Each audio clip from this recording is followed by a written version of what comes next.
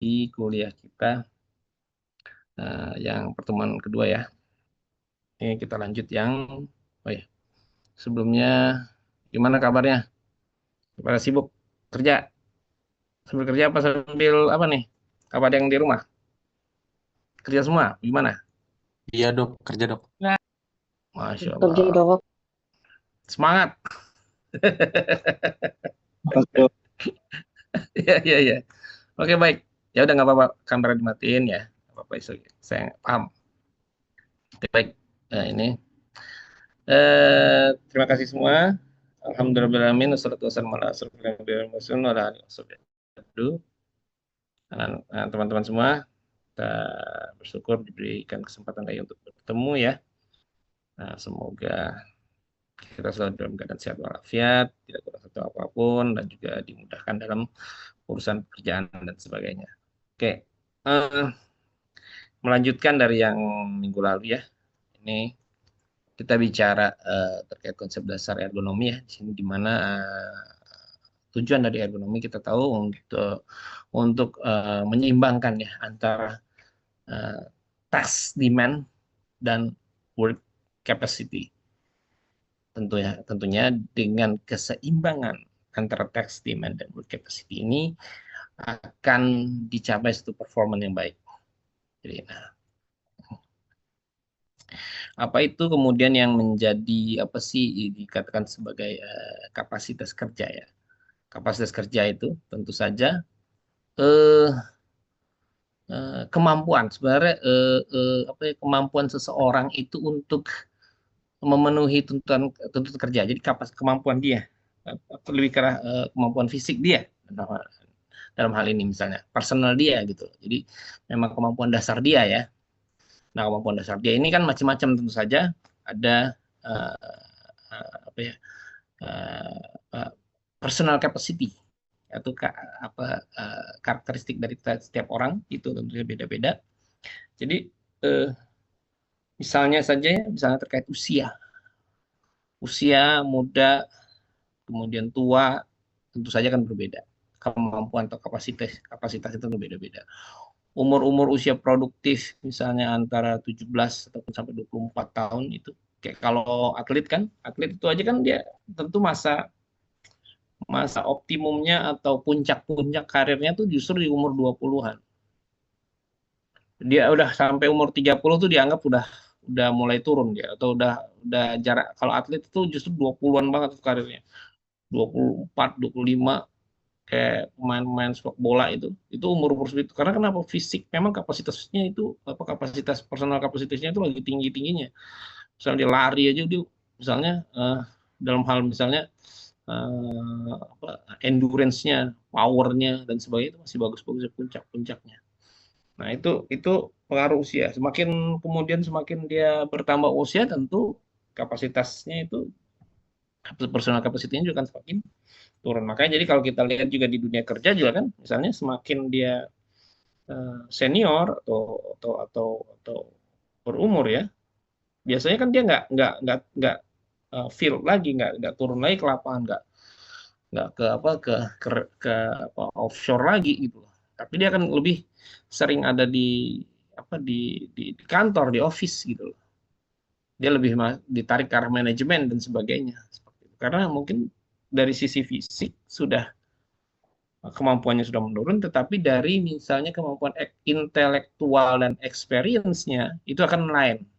Nah, itu yang mungkin akan dibutuhkan oleh perusahaan sehingga jadi faktor usia itu kadang-kadang mempengaruhi juga dalam hal misalnya kalau kita lihat jenjang karirnya, kemudian pemilihan apa istilahnya pekerjaannya itu berpengaruh sekali.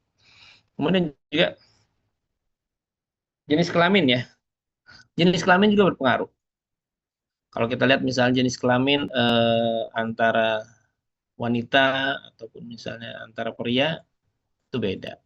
Di situ ada misalnya eh, wanita itu cenderung apa ya misalnya cenderung eh, pekerjaan yang ketelitian untuk ketelitian jadi dia nggak butuh tenaga yang power tapi justru telitian atau lembut lah yang lebih lembut ya sementara kalau laki-laki dia kan dia lebih apa sih lebih lebih power lah, lebih ke arah power ya. Dan misalnya dia lebih kayak lebih cepat, lebih apa, lebih gesit dan sebagainya. Jadi pekerjaan-pekerjaan seperti itu yang tentunya dipilihkan untuk pria.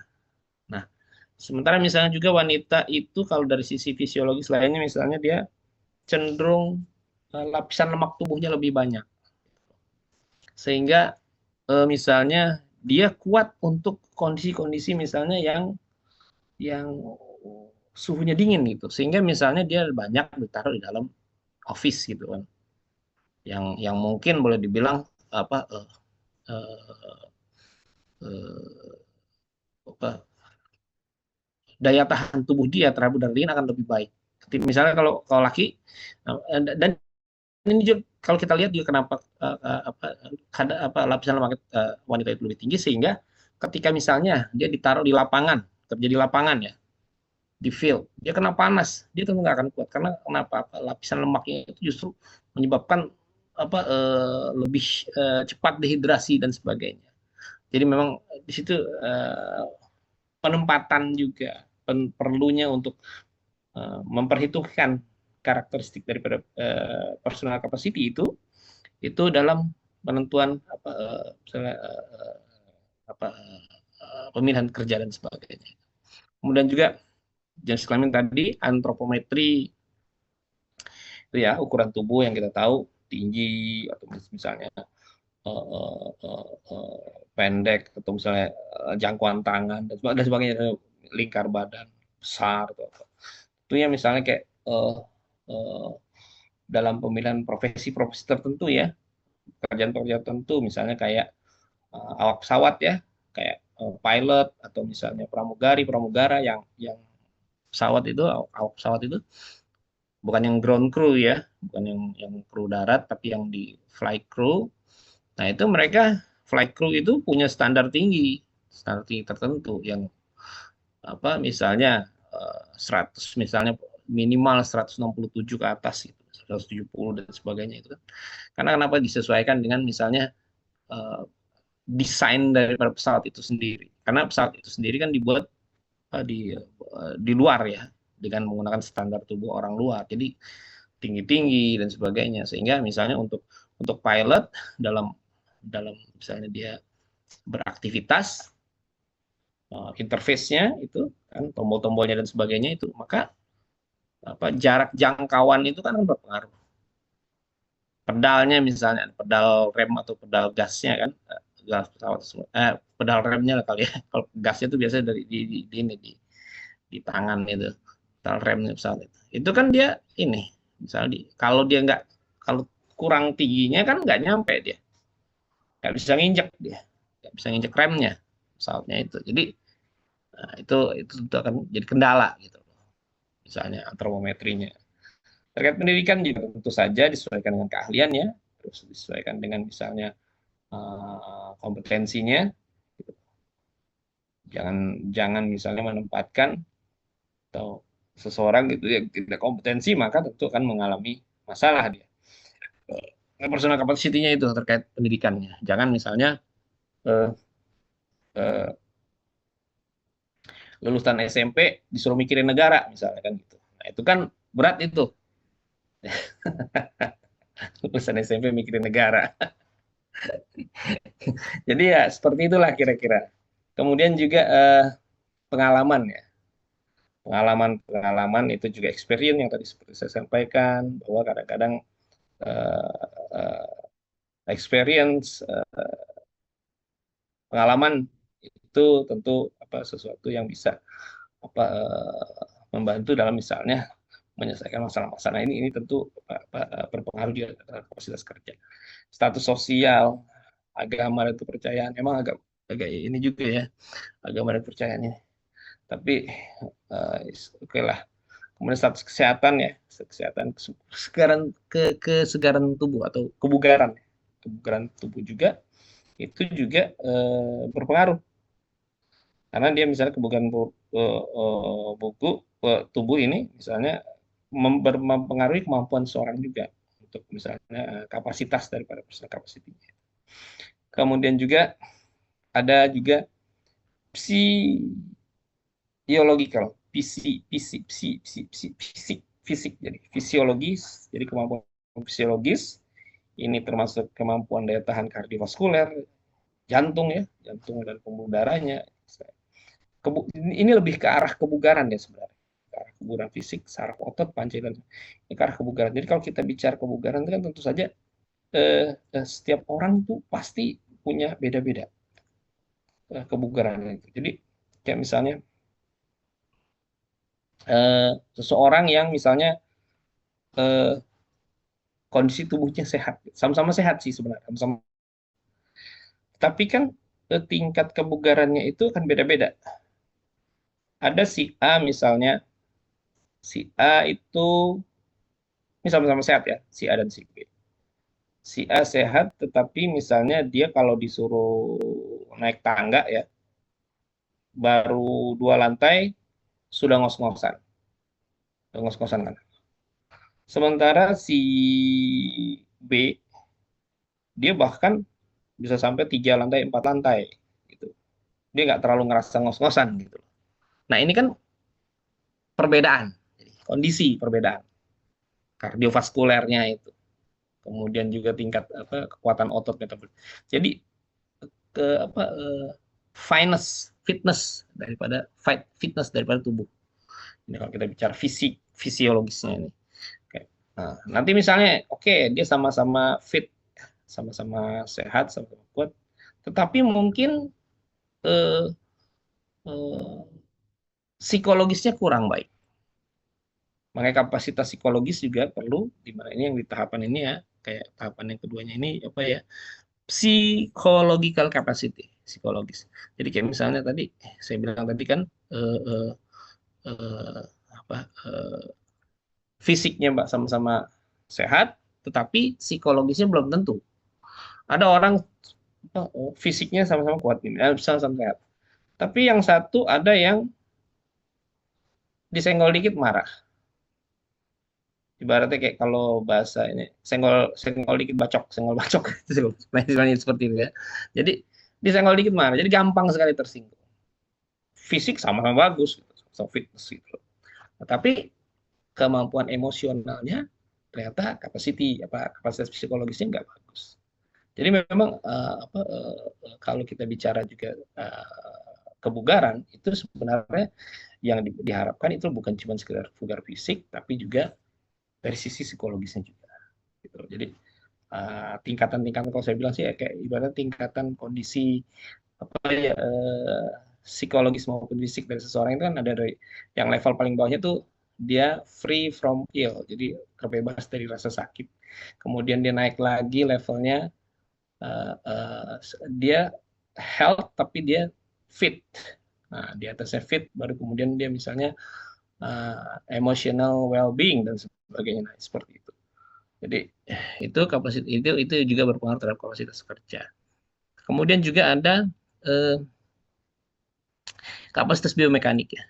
Biomekanik ini eh, juga meliputi misalnya kemampuan sistem otot ya, otot sendi biomekanik kan, jadi pergerakan muskuloskeletal, kemudian juga fleksibilitas sendi, otot, postur tubuh dan sebagainya, kemampuan gerak berulang-ulang dan sebagainya. Nah, itu memang memang kalau dari tadi yang dari 3 hal yang antara kapasitas kerja kemudian work demand itu memang kapasitas kerja ini kita bicara secara kapasitas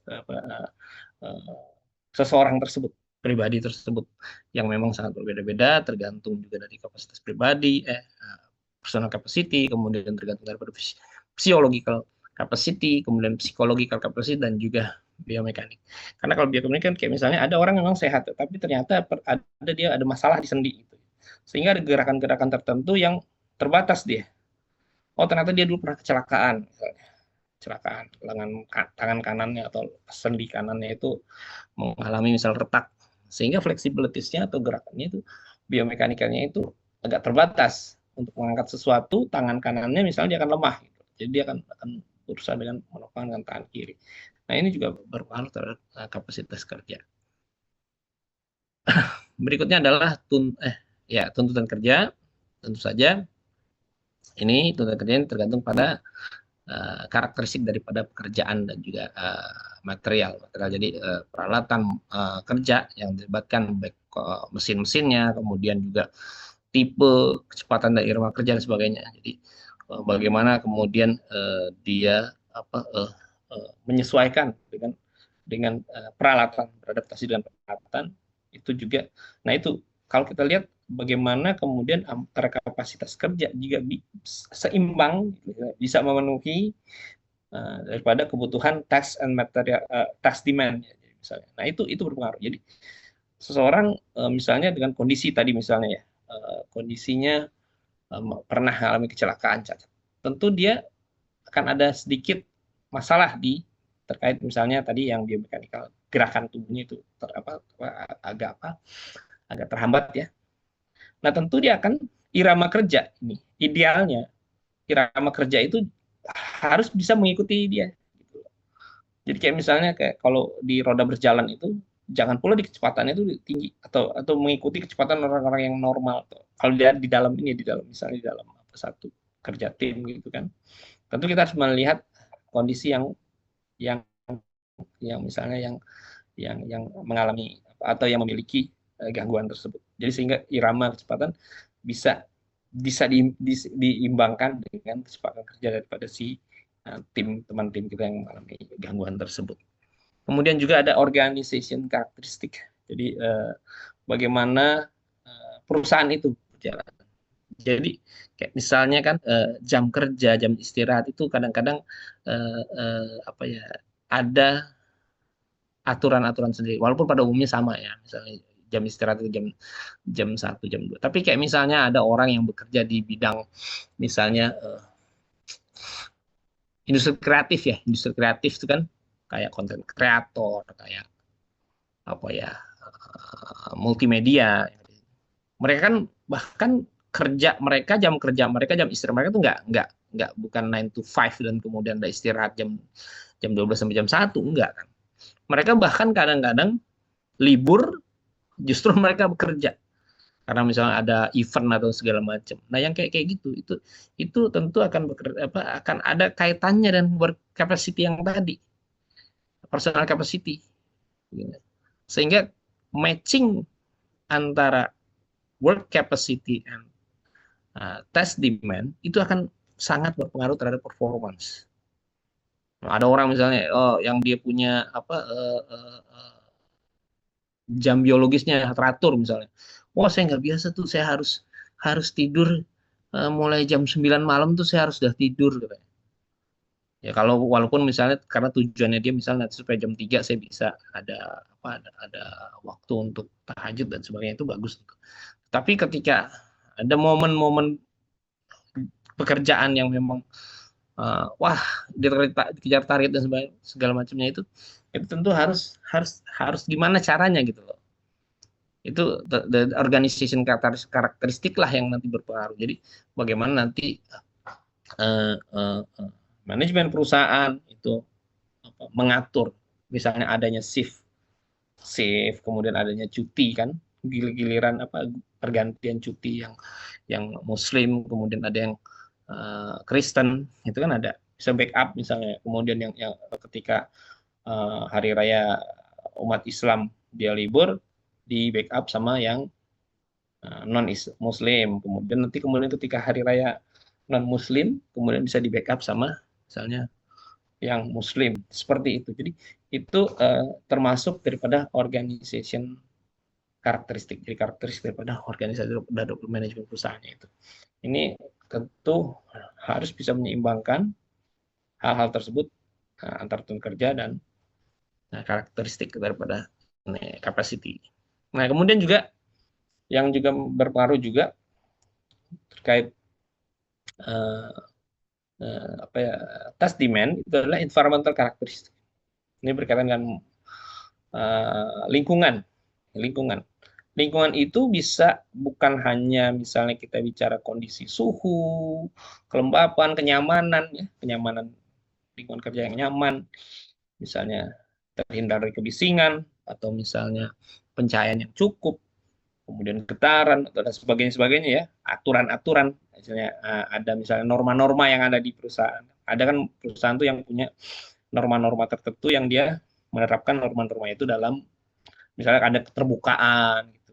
Ada perusahaan yang punya seperti itu, jadi keterbukaan. Jadi siapapun bisa menyampaikan misalnya masukan-masukan atau apa gitu yang sifatnya tentu membangun ya untuk memperbaiki proses kerja.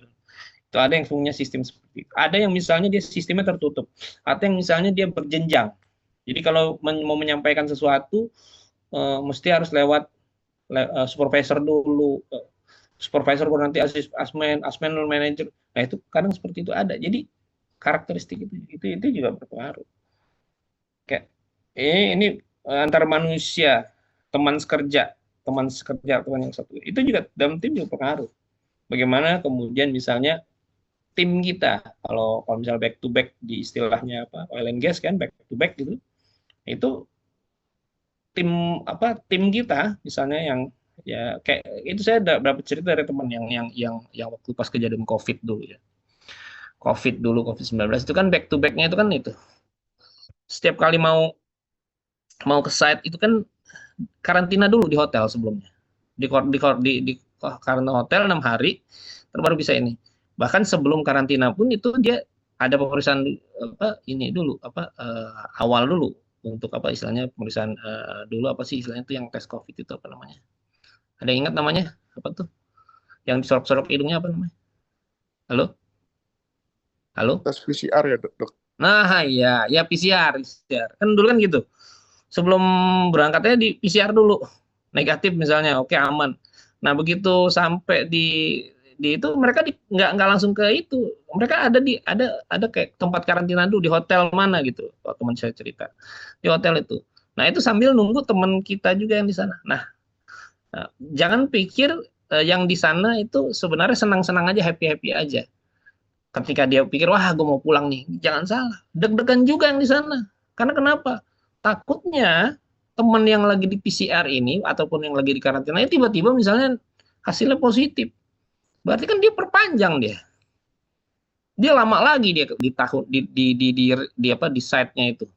Yang tadi harus 2 minggu balik, ya aduh ketahan lagi karena ternyata back to back-nya dia lagi bermasalah COVID. Kan gitu itu jadi stres itu. Nah, demikian juga yang misalnya apa ya pokoknya seperti itulah. Jadi antara tuntutan kerja itu termasuk juga bukan hanya kita bicara terkait kondisi lingkungan kerjanya, tetapi juga termasuk manusia teman tugas kita. Gimana kemudian karakteristik daripada tim kita itu orangnya enak enggak atau orangnya egois saja gitu. Nggak ada kan yang kayak gitu kan. Kalau pas giliran dia maunya diikutin, maunya di ini. Tapi kalau pas giliran kita ya kitanya ngalah terus kan gitu. Seperti itu. Nah itu tentu itu jadi apa, masalah juga ya. Itu kemudian nanti gimana apa, menyeimbangkannya antara tuntutan kerja seperti itu, yang misalnya yang temen hobinya makan tulang ibaratnya, istilah zaman itu makan tulang gitu. Yang kerja kita mereka mah yang heho-heho yang enak-enak gitu. Itu ada di istilah seperti itu. Jadi makan tulang sehingga menyeimbangkannya gimana tuh dengan kondisi kapasitas kerja gitu sehingga supaya dapat performance itu. Nah ini performance juga tentu saja tergantung pada rasio dan syarat kerja dan besar kemampuan tadi ya. Makanya performance itu bisa diraih apabila antara tuntutan kerja dan kapasitas kerjanya itu balancing. Kalau saja misalnya tuntutan kerja yang lebih besar daripada kemampuannya atau kapasitas kerjanya, tentu saja jadi akan menimbulkan overstress, tidak kenyamanan, bisa fatigue yang berlebihan. Ya kayak misalnya itu kan, yang kayak tadi saya bilang, akhirnya kerjaan teman kita yang ngerjain terus tuh, fatigue, kelelahan kan. Sementara misalnya bos nggak peduli, pokoknya project deadline-nya besok harus jadi. Sementara kita akhirnya kerja sendiri, akhirnya kita overstress, kelelahan, fatigue dan berlebihan sebagainya. Ini bisa bahkan menimbulkan kecelakaan, cedera, rasa sakit. Jadi kayak kayak apa ya, kalau dia terlalu lama misalnya di site itu kan, itu stres. Akhirnya kadang konsentrasi, pikiran dia udah lagi di pikiran dia di di rumah, sementara dia masih di site. Nah, akhirnya nggak sadar, misalnya lagi ngencengin apa, pipa, kepleset, tangannya cedera dan sebagainya. Nah, itu karena dia apa,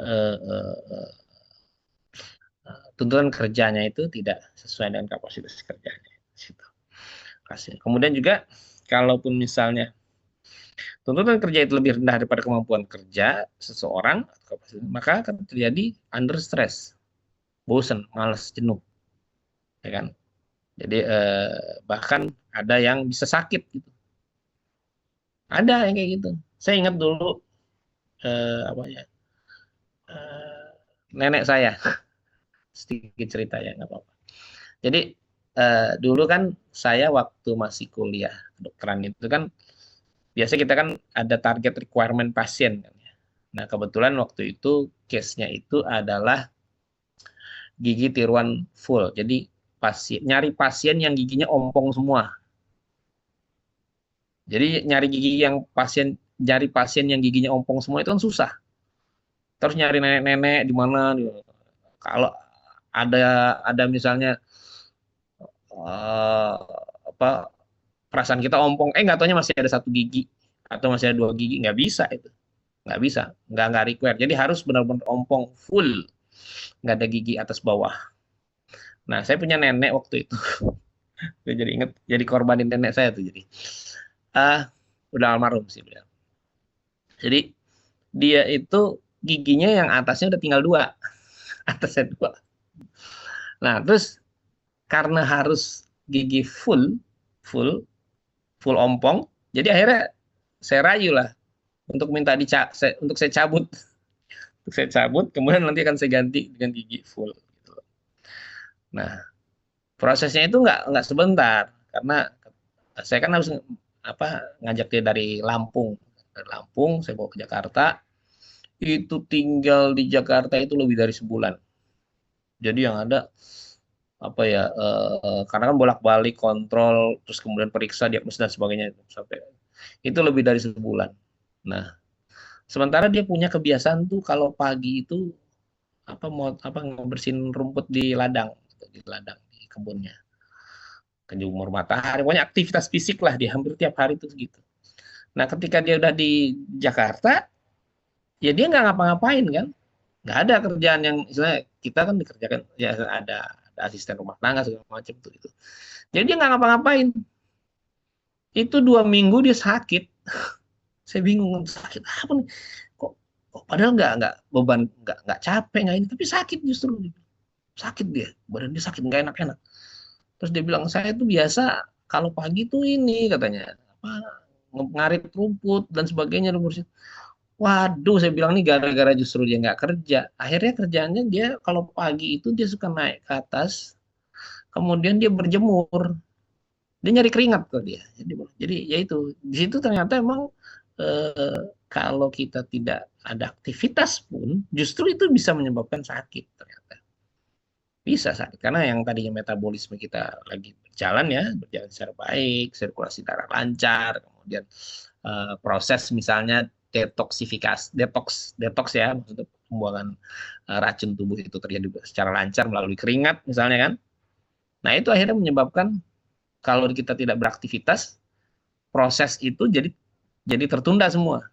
Jadi detoxnya nggak jalan karena kan kita nggak bawa keringat, nggak keluar. Kemudian juga aktivitas aktivitas fisik yang misalnya yang yang olahraga ya, istilahnya memacu aktivitas jantung dan pembuluh darah itu jadi jadi berhenti apa, bukan berhenti, jadi istirahat.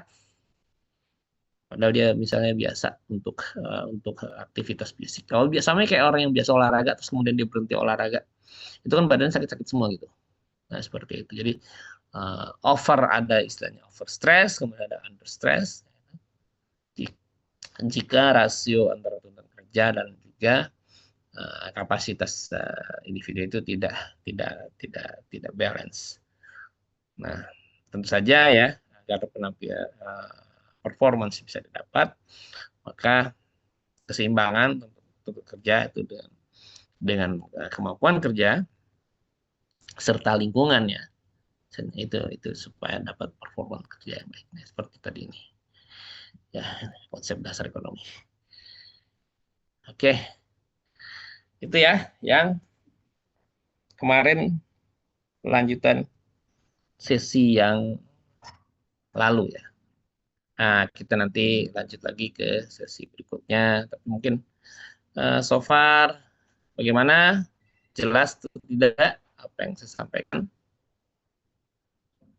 Lalu, Jelas, Pak. Jelas, Pak. makasih, makasih Mas Benny, makasih ya. Oke, Prabowo. Oke, lanjut sekarang. Boleh Oke, sharing, saya, ya, Pak? Hah? Boleh Gimana? sharing, Pak?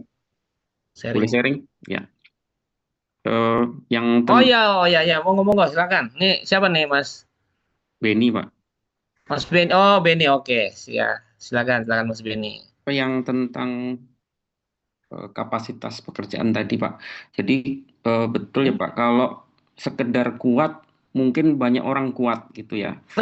Tetapi kalau Bapak tadi merujuknya ke industri oil and gas gitu ya, Hmm, eh, memang banyak orang kuat karena secara exercise mereka tiap hari melakukan proses angkat mengangkat manual handling yang banyak gitu ya. betul. Tapi pada kenyataannya ketika kita bicara ketahanan itu berbeda. Contohnya gini, ada kasus di mana kecelakaan terjadi, iya mereka ketika ngangkat kuat, tapi ada proses di mana dia harus menahan, terus kemudian memasukkan, contohnya safety pin gitu, safety pin yang Iya, berat. betul. Untuk Nah, ini ya, safety pin yang tahan berat ngelok. dia butuh 2 orang gitu ya. Nah, dia ketika ngangkat kuat, tapi ketika dia harus nahan, terus kemudian presisi untuk memasukkan, nah itu hal yang berbeda lagi. Nah, itu Betul, hal yang menurut saya dalam hal ini ergonomi sangat penting sekali sih.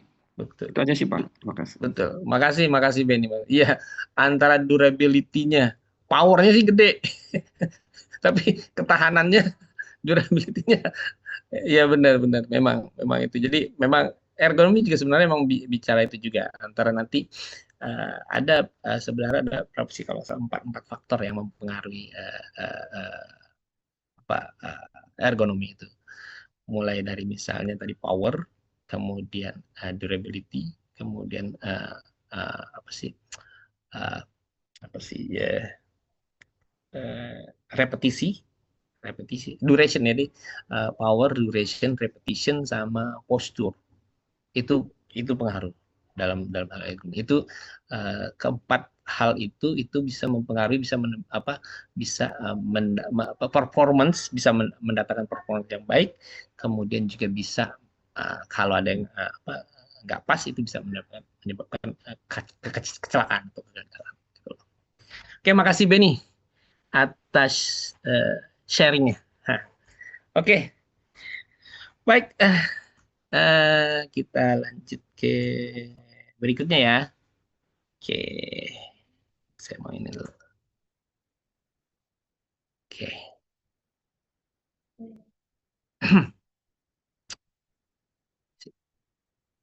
Kode. Bentar ya. Materinya mana?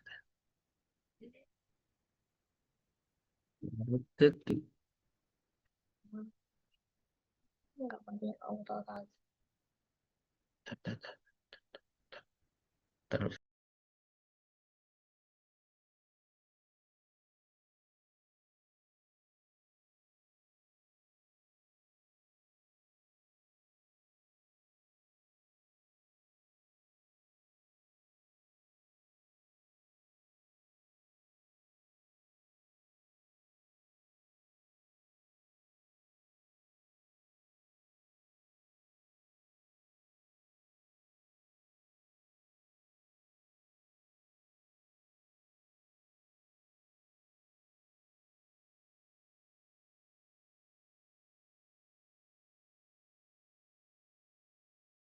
Baik, kita lanjut ke sesi berikutnya. Tapi sebelumnya saya mau izin minum dulu. Bentar ya. Iya, Pak. Silakan, Pak. Iya, Pak.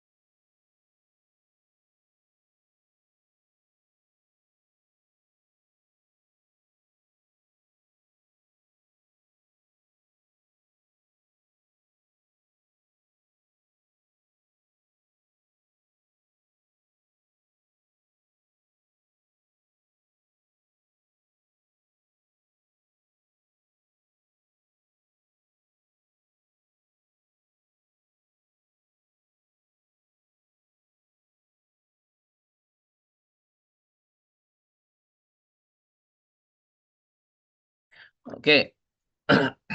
Baik. Nah, selanjutnya kita bicara terkait ruang lingkup ergonomi ya. Ya, kita tahu. Jadi maaf nih ininya apa materinya materinya ini dalam bahasa Inggris karena saya kebetulan ngambilnya waktu itu eh, referensinya bahasa Inggris. Saya langsung blok pindahin aja dalam bahasa Inggrisnya. Oke. Oh ya, kita sebagaimana kita tahu ya, kalau definisi daripada ergonomi adalah dari dua kata, ergos dan nomos, di mana ergos itu artinya adalah hukum, kerja, sementara nomos adalah hukum, law aturan, jadi aturan terkait kerja. Jadi the law of work or study of work. Jadi bagaimana aturan dari suatu aktivitas kerja itu dilakukan. Jadi kita sebagaimana kita tahu ergonomi ataupun human factor adalah multidisiplin activity di mana mengumpulkan informasi terkait kapasitas manusia itu sendiri, kapasitas kapabilitasnya untuk kemudian digunakan dalam mendesain pekerjaan, mendesain produk, mendesain tempat kerja maupun mendesain peralatan kerjanya. Nah, kalau kita lihat di situ bahwa ada sebenarnya definisi, ada dua istilah ya. Di situ ada ergonomi dan juga human factor gitu. Mungkin berapa dari teman-teman itu udah ada yang pernah mendengar istilah human factor? Human factor ada nggak? Ben pernah, Pak Beni, Mas Beni atau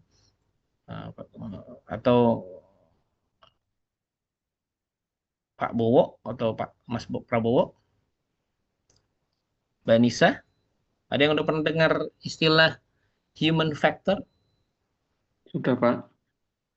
Mas Beni udah, Pak Beni udah. Sudah. Pernah. Ya. Jadi istilah ergonomi dan human factor sebenarnya kemarin sudah sedikit ya saya ini kan. Jadi kalau kita bicara ergonomi itu ilmu yang sebenarnya lebih ke arah apa ya? Melihat kemampuan dan keterbatasan fisik manusia. Jadi fisik lebih ke arah fisik nih. Makanya jadi kalau kita bicara ergonomi biasanya tuh yang dibicarakan adalah postur tubuh, gimana cara uh, uh, apa mengangkat, manual handling dan sebagainya, kemudian gerakan-gerakan gitu, mengurangi gerakan-gerakan yang awkward atau gerakan-gerakan canggung ya. Itu gerakan canggung itu gerakan yang misalnya kayak apa ya? Apa sih?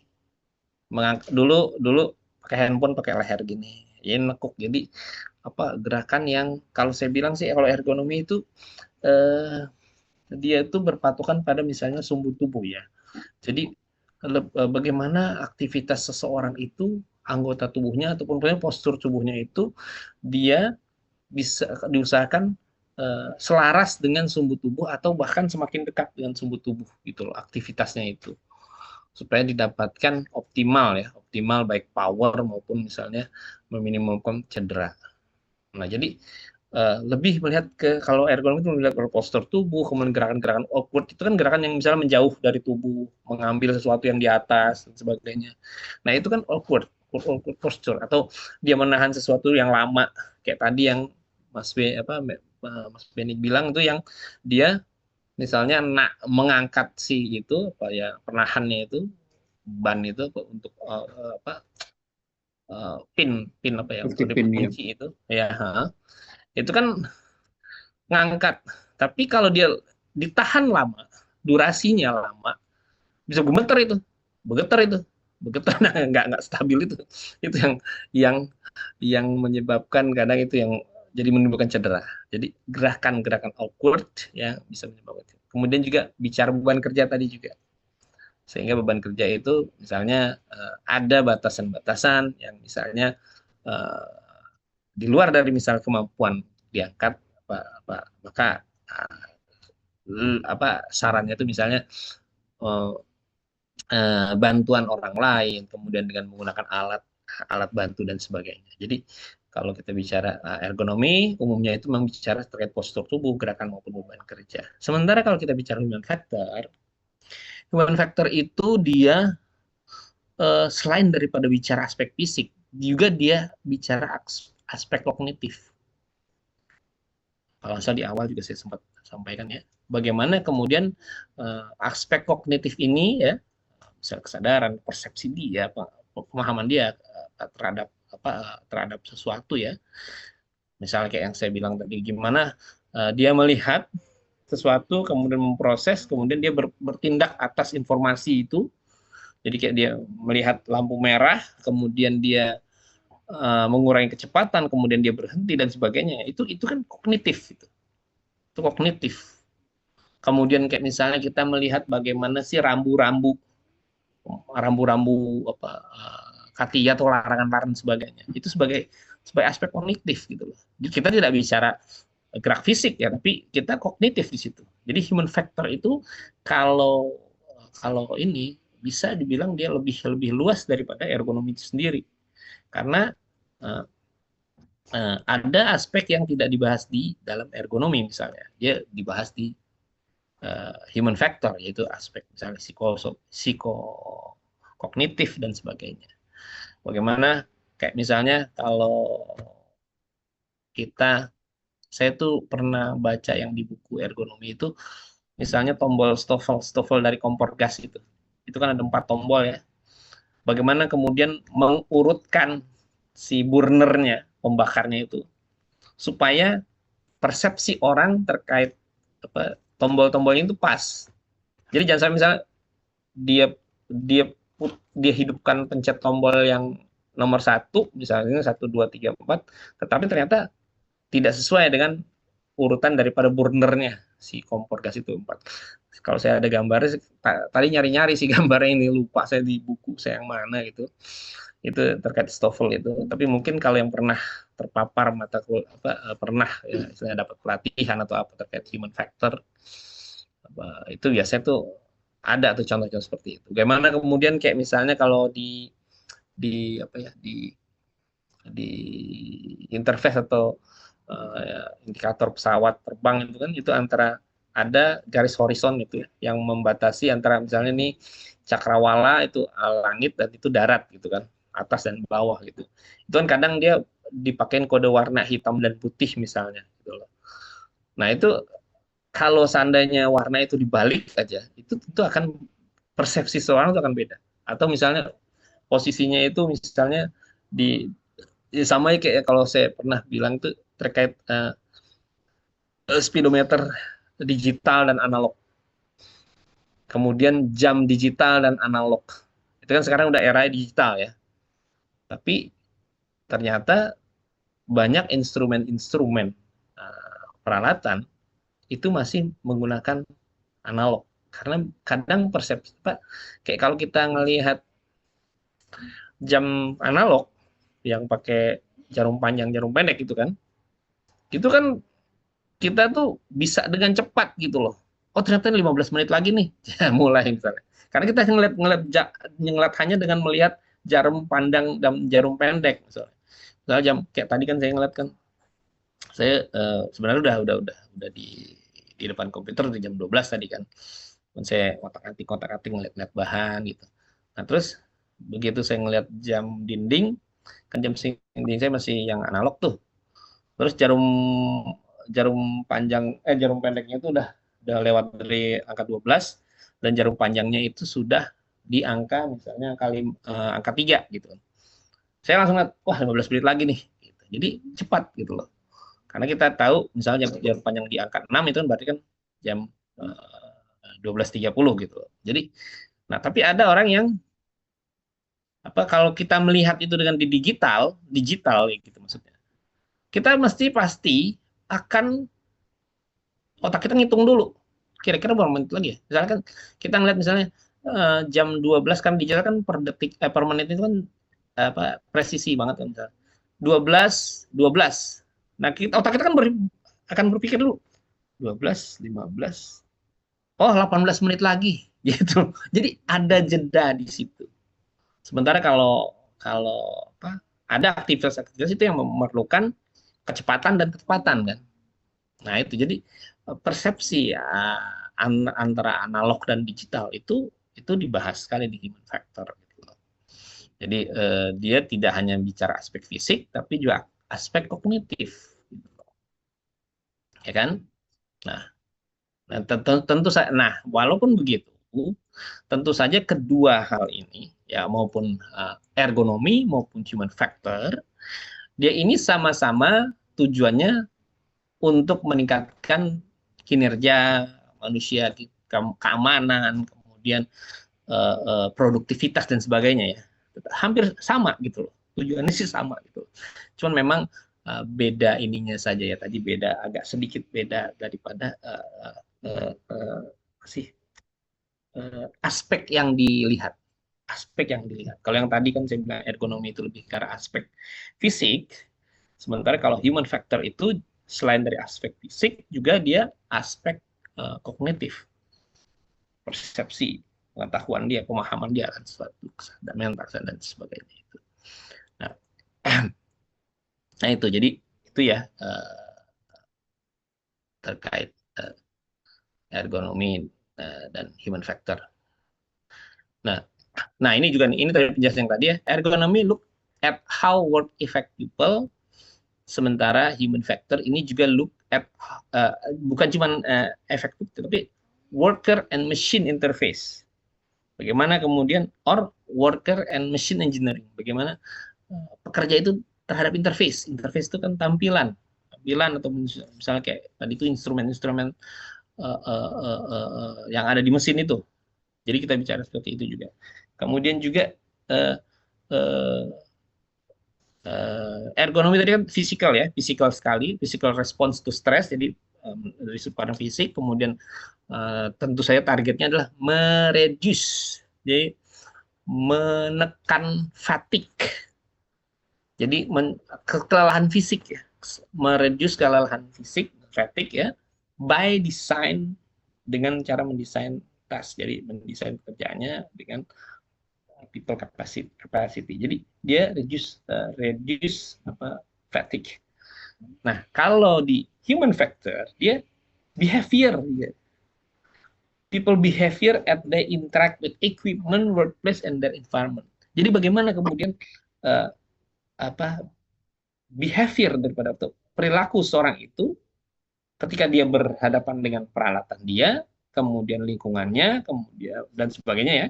Ya kayak yang tadi saya bilang ketika orang bekerja pada saat ya kejadian yang saya cerita dulu kan pilot-pilot pesawat tempur Perang Dunia Kedua ketika dia membaca interface itu pada saat dia sedang bertempur kan dogfight itu kan perlu akurasi, presisi, kecepatan. Gitu. Kalau enggak dia istilahnya pilihannya cuma dua antara dia ditembak ataupun dia nembak kan. Nah ketika itu kan tentu interact atau perilaku atau behavior daripada si seseorang itu, pilot itu dengan equipment itu sangat menentukan sekali. kalau dia nggak paham betul terhadap simbol-simbol yang ada di interface itu fatal. Dia maunya turun misalnya menghindar itu ke bawah, tapi nggak tahu ya, begitu itu malah naik. Saat itu malah manuvernya naik. Ketika misalnya terjadi, oh ya, Ibnu Fabrion, ya, raise hand. Dok, izin dok, entah Ya, di apa di saya atau seperti apa? Kayaknya slide dokter tidak ini dok, tidak apa ke pause kayaknya dokter ya. Jadi oh iya, ya. nge-freeze. Sama dok, Oh, saya juga. oh iya, iya, iya, sorry, sorry, sorry. Oh, coba. Ke freeze ya? Bentar.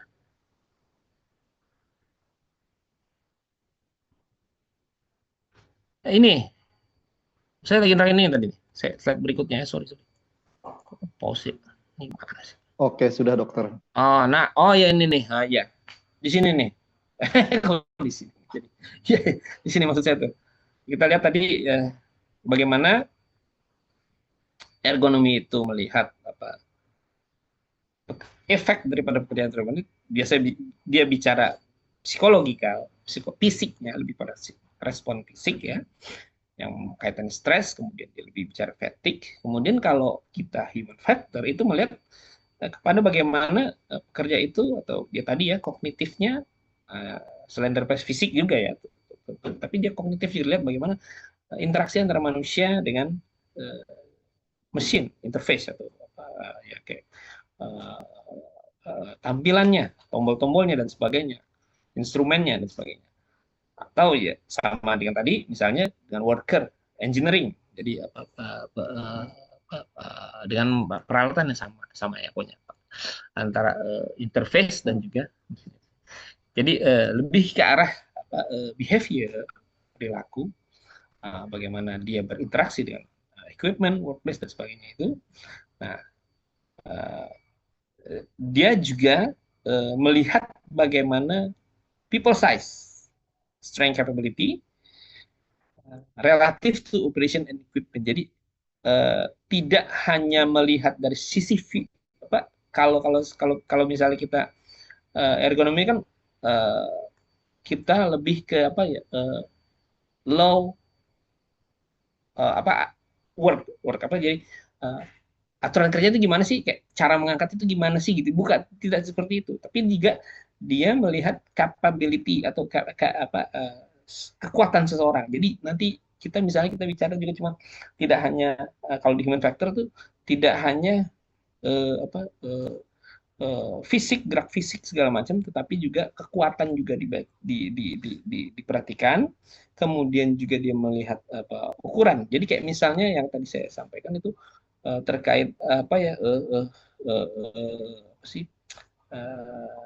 tinggi seseorang dan sebagainya, itu juga berpengaruh gitu dalam kapabilitasnya terkait peralatan dan operationnya dan pengoperasiannya. What ergonomic and human factors to the interaction between the worker and the job demands. Tentu saja memang dia keduanya ini melihat interaksi antara pekerja dan juga kebutuhan kerja. Can assess design dan reduce the potential. Sama-sama. Jadi tujuannya sama, cuman memang bedanya cara melihatnya saja. Gitu. Kalau ergonomi lebih ke arah mungkin fisiknya, kemudian dia lebih mencegah upaya pencegahan kelelahan, fatigue. Sementara kalau human factor dia juga selain fisik juga dia bicara terkait kognitif. Gitu. Makanya kalau udah pernah dapat training human factor, saya sering tuh dapat informasi dari teman bahwa kayak misalnya di pertambangan ya, yang industri tambang itu sering sekali mengundang beberapa pakar ya yang bicara terkait human factor gitu. Jadi nah saya sering saya sering di share juga terkait hal itu gitu. Jadi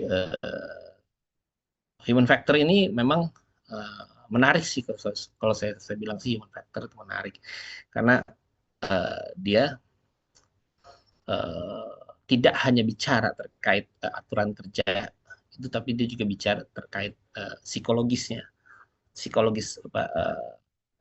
kognitifnya, interpretasi seseorang itu terkait pekerjaannya itu bagaimana supaya bisa menghindari yang namanya kecelakaan, menghindari miss, kemudian fall, violence, dan lapse, dan sebagainya. Nah, seperti itu. Oke.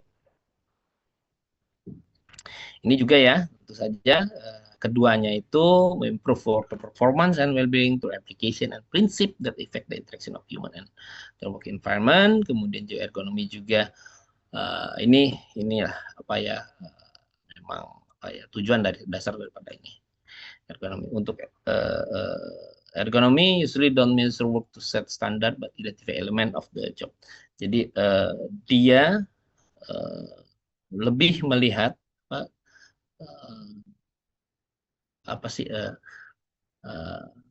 tidak melihat standar, tetapi justru melihat elemen-elemen apa dari pekerjaan itu yang bisa menyebabkan berpengaruh ya terhadap kualitas dari pekerjaan.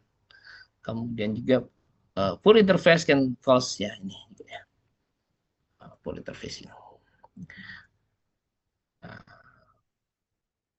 Tampilan poor interface ataupun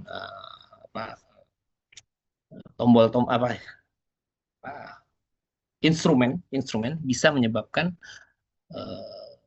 masalah stres ke pekerja yang menyebabkan meningkatkan risiko injury ataupun meningkatkan risiko daripada error.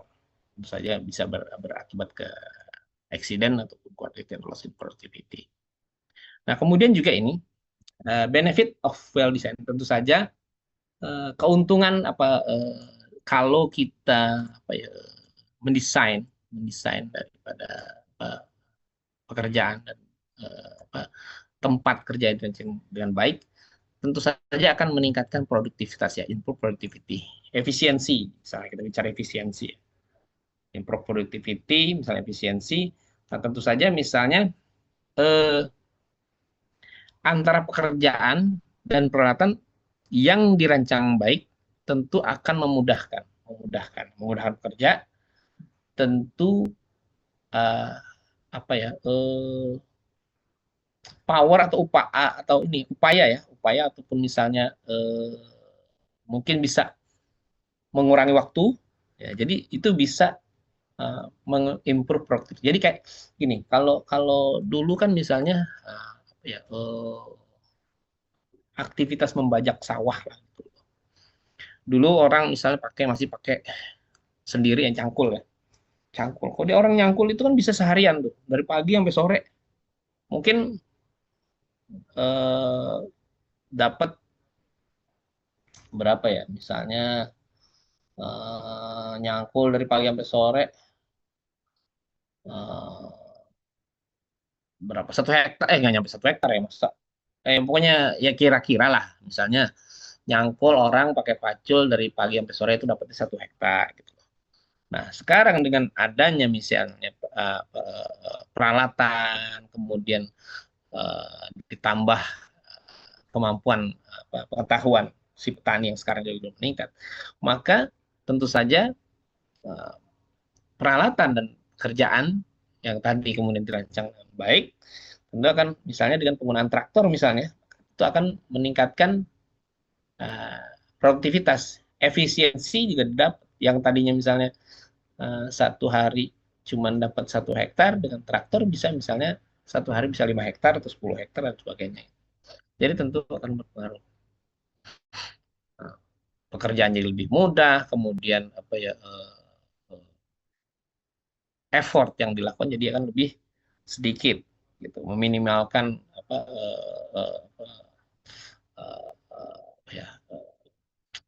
effort atau tenaga lah, atau apa gitu ya. Jadi tentu akan memberikan kenyamanan. Jadi waktu yang lebih banyak untuk bisa istirahat dan sebagainya. Kemudian manfaat dari apa ya, pekerjaan peralatan dan sebagainya itu dirancang dengan baik ya, tentu juga bisa meningkatkan keamanan. Menghilangkan misalnya eh, eh, apa ya apa sih, penggunaan peralatan yang sudah dirancang dengan aman tentu akan yang tadinya misalnya banyak kejadian misalnya pada saat misalnya industri di konveksi ya, misalnya konveksi atau manufacture misalnya dengan peralatan yang tingkat safety-nya tinggi, maka mungkin cedera jari atau tangan yang misalnya sering kotor itu apa yang terluka, yang luka itu akan bisa lebih lebih apa, kurang ya, kurang. Kemudian juga dari sisi kesehatan udah pasti ya, jadi kondisi fisik yang tadinya eh, apa, pekerja itu lebih eh, banyak misalnya menghabiskan energi untuk beraktivitas. Nah, sekarang misalnya dengan adanya peralatan yang pas yang sesuai itu bisa memberikan apa, eh, kesehatan eh, bagi fisiknya itu. Jadi bisa mengurangi apa ya, mengurangi kelelahan, keletihan dan sebagainya. Kemudian juga employee satisfaction atau apalagi ya, tentu saja dengan dimudahkan dengan adanya peralatan pembantu dibantu dengan peralatan itu akan memberikan kepuasan bagi pekerja. Lingkungan yang nyaman buat bekerja, kemudian kondisi apa ya uh, uh, hubungan antar inter apa inter inter interpersonal antara pekerja juga yang baik, uh, itu tentu saja akan memberikan kepuasan bagi pekerja, meningkatkan satisfaction, pemberian apa ya, jam kerja yang sesuai, kemudian ada waktu istirahat karena misalnya eh, eh, pekerjaannya dimudah ya, jadi ringan dengan adanya peralatan-peralatan yang membantu proses kerja. Jadi waktu istirahat banyak, kemudian jam kerja tidak tidak sering lembur dan sebagainya. Kemudian juga misalnya ada pergiliran shift yang diatur dengan baik, tentu saja akan menyebabkan employee satisfaction dan hasil akhirnya adalah profitability. Profitability. Jadi mengurangi apa ya expand terkait misalnya cedera, terkait sakitnya pekerja. Karena kalau kita bicara pekerja yang sakit itu, kalau misalnya di industri yang misalnya memang rush apa apa ya istilahnya apa ya cepat ya, misalnya yang membutuhkan uh, proses cepat, target dan sebagainya, yang dikejar target cepat dan sebagainya. Nah, itu tentu saja uh, adanya misalnya pekerja yang sakit itu berpengaruh terhadap speed mereka, speednya akan turun. Nah, ini harus diganti tentu, maksudnya bukan harus dicari penggantinya, misalnya harus cepat gitu. Ada satu yang sakit maka harus cepat dicari pengganti. Kemudian kalau misalnya nggak cari pengganti, berarti kan itu menjadi beban bagi pekerja yang ada di situ, temannya, timnya, misalnya teman timnya. Yang tadinya pekerjaan itu misalnya bisa dikerjakan dalam jangka waktu misalnya uh, uh, uh, dari misalnya jam kerja lah sampai dan jam 5 misal, uh, sehari itu bisa diselesaikan kalau mereka berdua. Nah, karena mereka ada satu yang timplang, maka bisa jadi apa, ditutupi misalnya dengan lembur. Jadi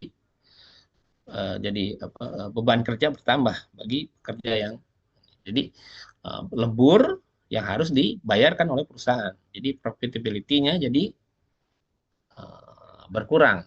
Sementara misalnya si karyawan yang sakit pun juga itu atau yang mengalami cedera atau gangguan yang tidak bisa bekerja, itu otomatis kan ada cost biaya kesehatan juga yang harus dibayarkan oleh perusahaan. Jadi banyak sekali ininya impact-nya daripada misalnya ketidaksesuaian antara desain pekerjaan maupun peralatan di tempat kerja gitu. Jadi benefitnya tentu saja benefitnya itu adalah kira-kira seperti ini ya. Walaupun misalnya nanti mungkin sebenarnya banyak lagi ya, tapi at least ada 5 hal ini yang bisa menjadikan manfaat daripada apabila pekerjaan, peralatan dan tempat kerja itu dirancang dengan baik. Improve productivity, safety, healthy, employee satisfaction, and profitability. Gitu. Oke. Baik, kemudian ini job.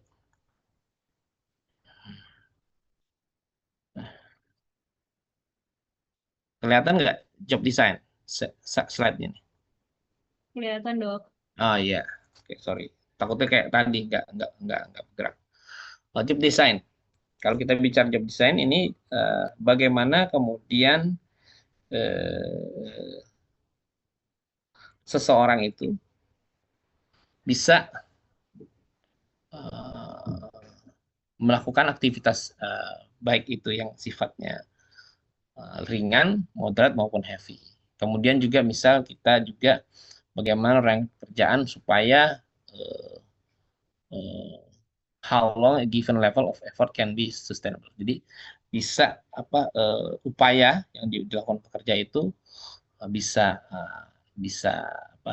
bertahan ya, terkait intensitasnya, durasi kerjanya, kemudian frekuensinya. Jadi kita merancang jenis pekerjaannya itu apakah nanti bisa memungkinkan pekerja itu banyak semakin banyak pekerja yang bisa melakukan aktivitas itu, baik kemudian kita mengkategorikannya dalam misalnya light work, moderate, dan heavy, kemudian juga bagaimana kemudian sustainability atau ketahanan dari pekerja itu dalam hal bekerja itu supaya bisa kita terkait intensity, duration, frekuensi, juga how work can be organized yang bisa ini untuk mereduksi atau mengakumulation daripada fatigue, mereduksi daripada fatigue. Biasanya kita misalnya terkait work recovery period, machine space dan sebagainya. Nah ini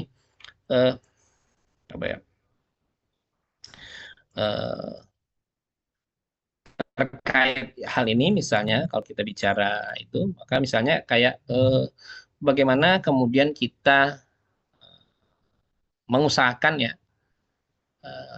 terkait pekerjaan itu yang bisa dilakukan oleh seseorang. Jadi, bagaimana kita mendesain pekerjaan supaya pekerjaan itu bisa dilakukan oleh seseorang, tergantung pada misalnya intensitasnya, berat, ringan ataupun sedangnya, kemudian juga faktor-faktor misalnya kondisi fisik seseorang tersebut. Pekerjaan ringan tentu saja like work ini misalnya ya bahwa pekerjaan ini melibatkan aktivitas fisik yang minim, kemudian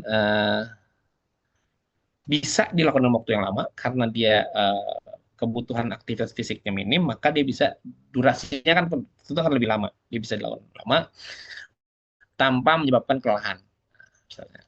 Nah, jadi contoh pekerjaannya misalnya pekerjaan-pekerjaan misalnya yang berjalan lambat misalnya kayak apa ya, nyapu gitu. Nyapu itu kan termasuk like nyapu, mengetik, kemudian apalagi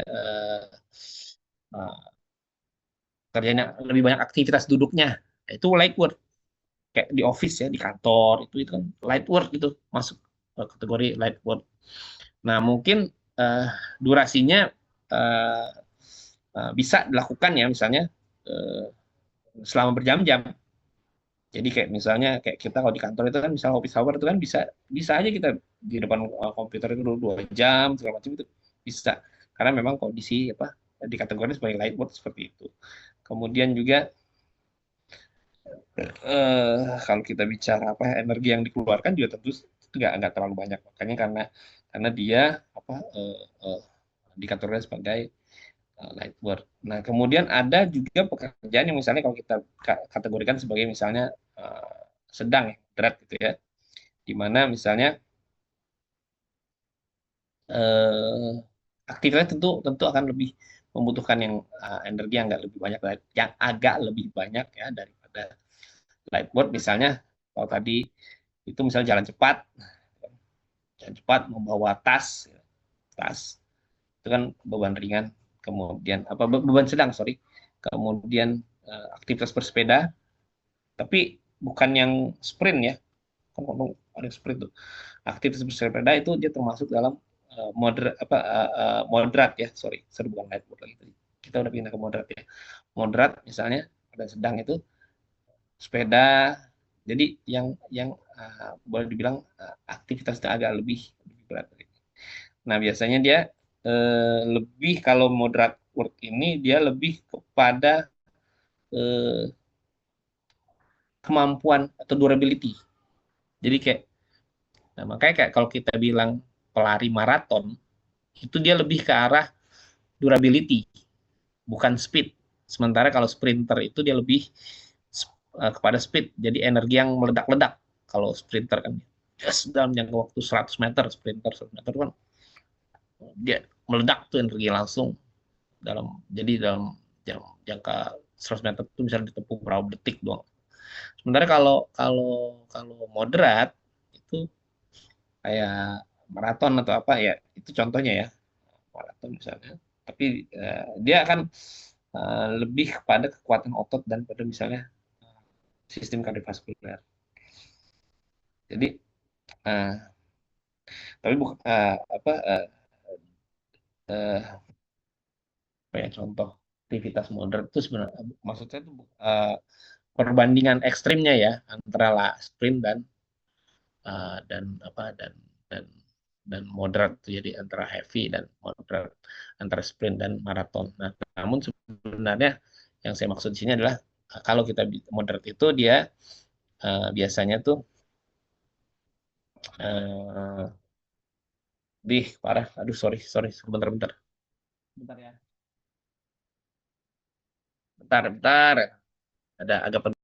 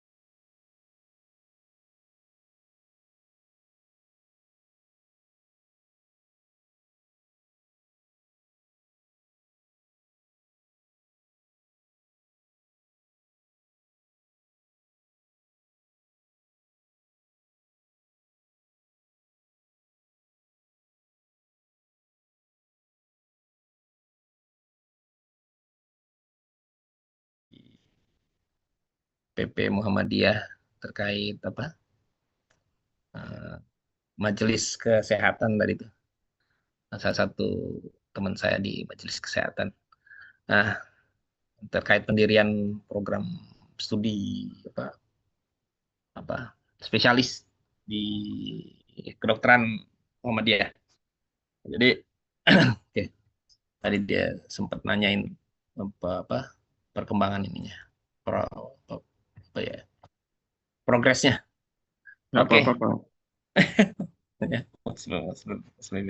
Maaf ya, Pak Beni.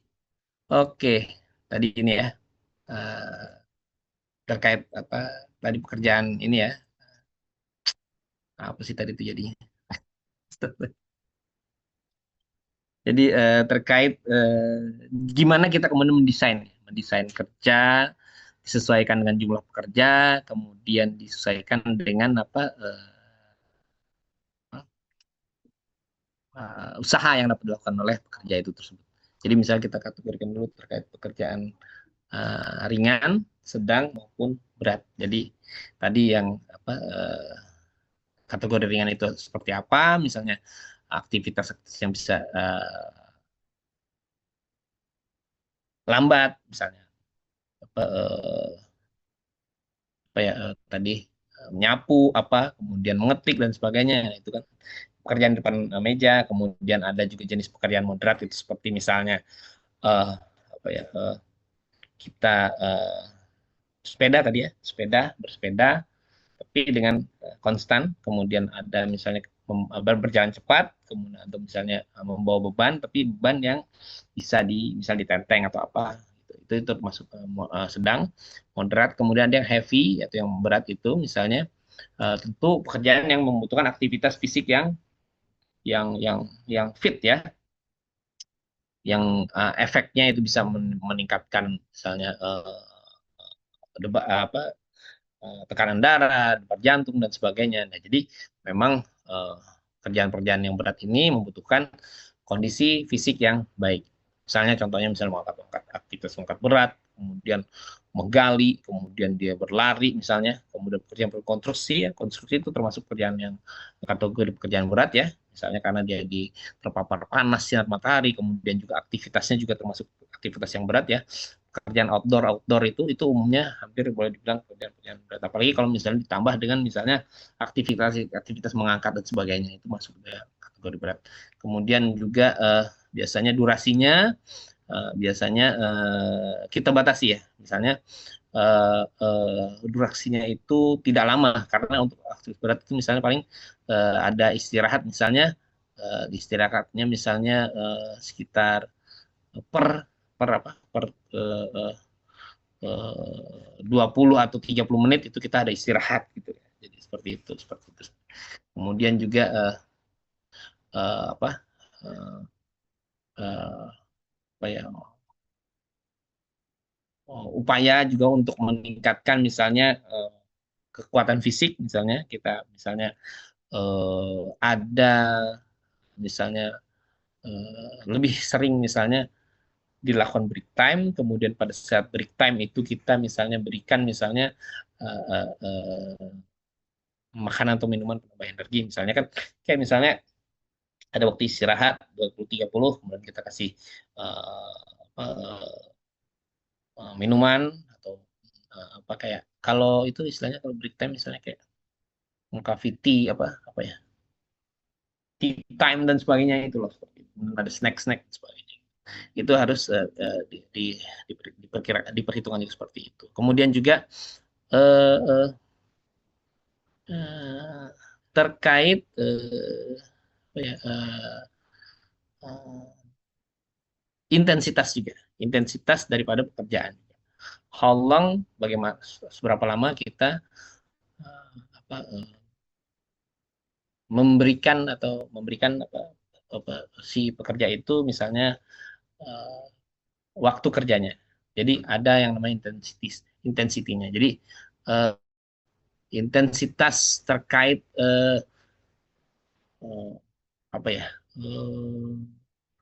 aktivitas itu misalnya apa ya, kerjaan yang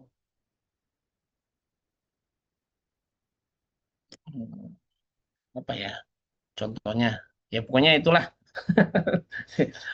Bingung ngasih contohnya apa yang intensitas rendahnya ya, intensitasnya. Kemudian ada yang kalau durasi itu tadi yang seperti kayak contoh itu misalnya apa yang tadi di si Pak Beni sampaikan itu, yang uh, mengangkat tapi durasinya itu ya. Jadi durasi pekerjaan itu juga harus diperhitungkan, kemudian frekuensinya juga.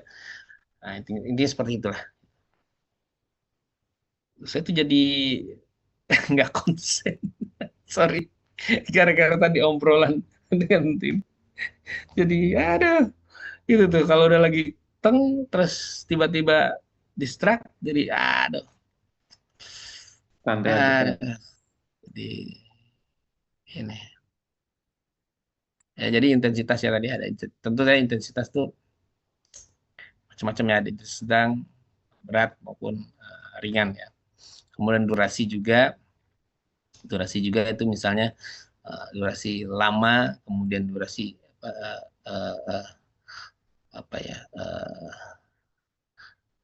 Jadi kalau kita bicara secara keseluruhan terkait ini, terkait apa durasi atau frekuensi ini, kita bisa apa, bagaimana kemudian merancang job desainnya, misalnya kita mengatur misalnya eh, siklus siklus kerja. Jadi misalnya kayak tadi, waktu istirahatnya berapa lama, kemudian setiap berapa lama durasinya itu, kemudian harus kita lakukan istirahat. Kemudian juga untuk mengurangi keseringan aktivitas atau frekuensi itu, kita bisa misalnya kayak gerakan repetitif ya, kayak kalau kita di manufaktur kan, itu kan ada kan yang kayak memindahkan itu. Maka biasanya untuk mengurangi frekuensi gerakan repetitif itu, kita bisa otomatisasi misalnya penggunaan peralatan otomatisasi. Misalnya makanya sekarang sudah mulai banyak apa, robot robot otomatisasi dalam dalam pekerjaan-pekerjaan manufaktur. Karena kan manufaktur umumnya tuh aktivitasnya yang itu-itu aja gitu loh, berulang-ulang. Nah, itu akhirnya kemudian banyak melakukan otomatisasi. Kayak dulu kan kita mau memilah-milah ya, kayak misalnya produk itu yang cacat, produk itu kan biasanya manusia tuh yang bekerja tuh, dia amati, dia lihat, terus yang reject dibuang gitu. Nah, sekarang kan udah sistemnya udah pakai otomatisasi, jadi kayak pakai laser gitu misalnya. Atau saya pernah lihat itu yang otomatisasi dalam misalnya memilih apa buah ya, buah misalnya buah buah jeruk gitu loh. Jadi misalnya dia ada alat itu, nanti ada kayak lubang-lubang untuk ukurannya gitu loh. Untuk grade satu misalnya lingkarannya misalnya yang dia apa buahnya itu misalnya yang diameternya 10 cm misalnya.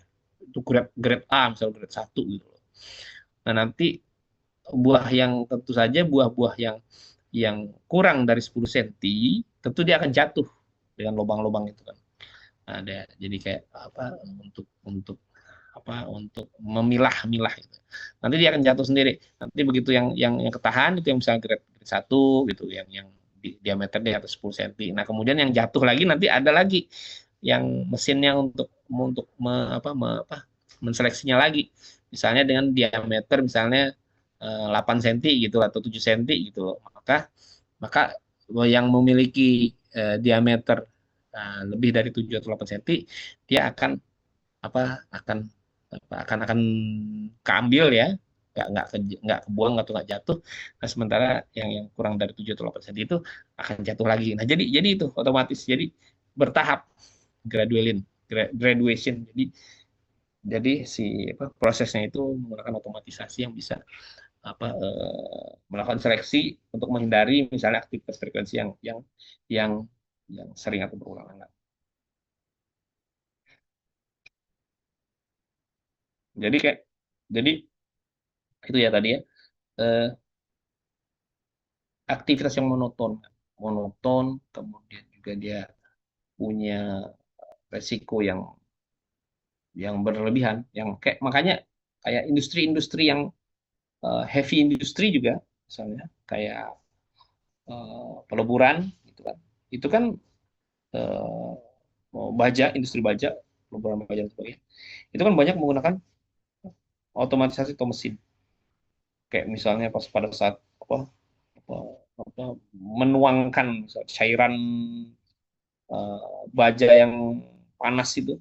Nah, itu untuk masuk ke mesin cetak, maka biasanya menggunakan apa peralatan-peralatan penggunaan mesin ya di situ.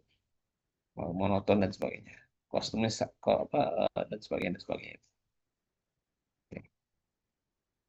Kemudian juga how work can be organized or pattern to reduce the accumulation of fatigue. Jadi bagaimana kemudian kita mendesain pekerjaan itu untuk mengurangi akumulasi daripada kelelahan. Misalnya dengan work recovery periode, jadi misalnya ada waktu ya tadi waktu istirahat, kemudian ada penggunaan mesin tadi ya, mesin patchet juga gitu. Kemudian waktu istirahat itu misalnya tentu saja kayak misalnya per apa ada aturan yang kayak kalau di depan itu, di depan laptop itu kan ada yang 20 20 20 kan, 20 menit, 20 detik, kemudian 20 feet. Nah, itu kan yang istirahat itu. Kemudian ada misalnya eh, 50-10 itu saya apa ya kalau nggak salah 50-10 itu eh, 50 menit bekerja, 10 menit istirahat. Nah, gitu. Jadi 50-10 atau 90-20 ya, 90 menit kerja, 20 menit istirahat.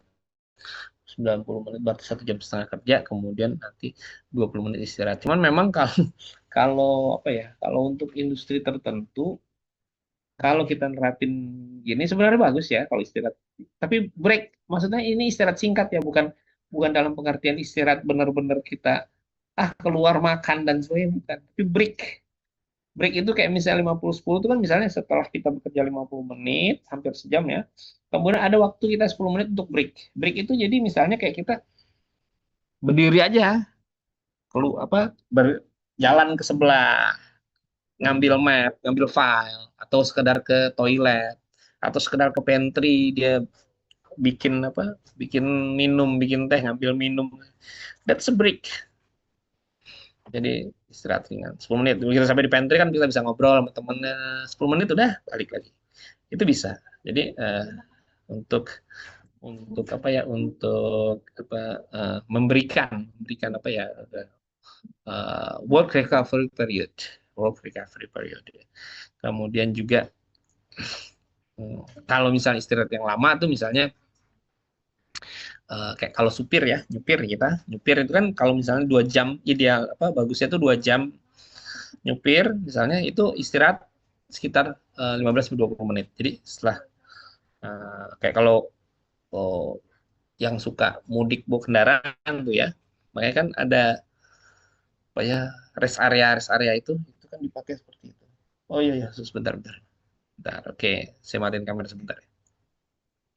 Nah jadi kayak nyupir itu kan ada setelah 2 jam dia istirahat, dia mampir ke rest area, dia meregangkan otot-otot dan sebagainya. Nah itu bisa juga. Kemudian apa ya, ya seperti itulah. Atau rotasi kerja misalnya ya, rotasi kerja. Nah tentu ya, kayak pengaturan yang tadi back to back dan sebagainya. Kemudian juga ada istirahat mikro. Istirahat mikro tuh misalnya kayak tadi tuh yang apa, di depan komputer ya. Di depan komputer itu istirahat mikro termasuk. Dia setelah 20 menit itu dia istirahatkan matanya, dia melihat ke apa, tempat yang lebih jauh, misalnya pandangan jauh ya, sejarak 20 feet selama 20 detik gitu. Nah itu.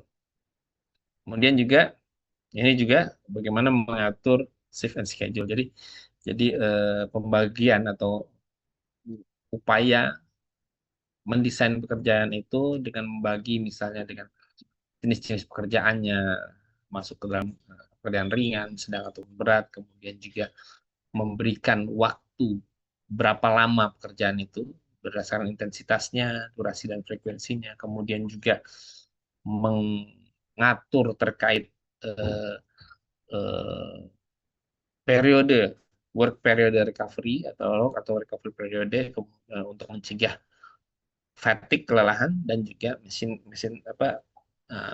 page. Kemudian juga bagaimana kemudian mengatur shift dan schedule daripada ya itu. Kemudian juga ini physical work parameter. Kalau kita bicara ergonomi juga kita bicara terkait parameter daripada otot, parameter pola gerakan repetitif ataupun frekuensi. Kemudian juga kita bicara terkait height, tinggi badan, kemudian bicara posturnya, kemudian juga kita bicara jangkauan. Ini karena ya, parameter-parameter fisik ini tentu akan berkaitan erat dengan misalnya kemampuan kerja, jenis-jenis pekerjaan nantinya, kemudian efisiensi, keamanan postur dan sebagainya, itu tentu akan berpengaruh dalam ergonomi, efisiensi maupun keamanan suatu pekerjaan. Bisa berefek pada risiko kecelakaan, risiko-risiko kelelahan dan sebagainya, cedera dan sebagainya. Nah, apa itu sendiri parameter fisik itu terkait massa atau otot ya. Ini adalah jumlah apa ya? Gimana ya? Jumlah kekuatan ya, kekuatan yang bisa di-handle oleh seseorang. Nah, tentu saja kemampuan otot atau yang lebih tinggi, atau misalnya massa otot yang lebih tinggi, yang besar ya, misalnya, akan meningkatkan kemampuan dia dalam melakukan aktivitas fisik. Kemudian bisa menangani beban yang lebih berat, kemudian juga kekuatan ini juga tentu akan menentukan juga dalam misalnya seberapa banyak jenis pekerjaan yang bisa dilakukan, gitu loh. Itu. Dan juga dia kalau bicara ergonomi juga bisa biasanya otot ini membantu juga untuk meminimalkan cedera. Jadi otot yang memiliki flexibility tinggi atau yang terlatih tentu akan bisa meminimalkan cedera. Gitu. Kemudian juga pattern pola gerak. Jadi ini juga jenis pekerjaan psikolog patternnya juga terkait misalnya apakah pekerjaan itu sifatnya yang punya pola gerak berulang-ulang, misalnya aktivitas kayak kalau di industri rokok itu melinting rokok itu kan ada tuh yang pekerja buruhnya itu. Nah itu berulang-ulang atau pola statis di mana misalnya dia mempertahankan postur tubuh dalam posisi yang sama dalam jangka waktu lama, misalnya pola statis. Jadi kayak misalnya pekerjaan yang banyak berdiri aja kayak SPG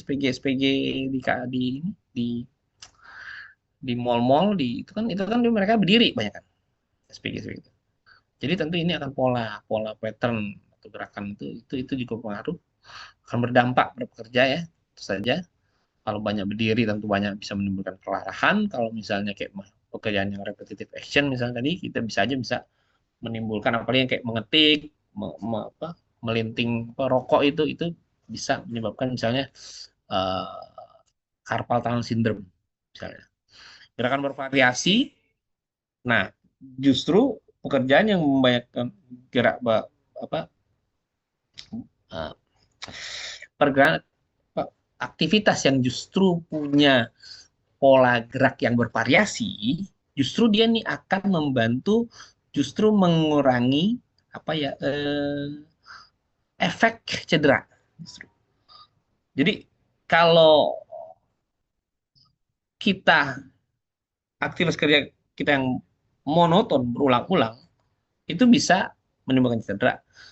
Kalau yang juga statis diem aja itu juga bisa menimbulkan, tapi justru yang bervariasi. Makanya jadi kadang-kadang kalau kalian ini ya itu tadi kayak break istirahat yang tadi ya yang di awal tuh sampai istirahat itu sirkulasi atau schedule daripada working itu supaya membentuk pola gerak yang bervariasi.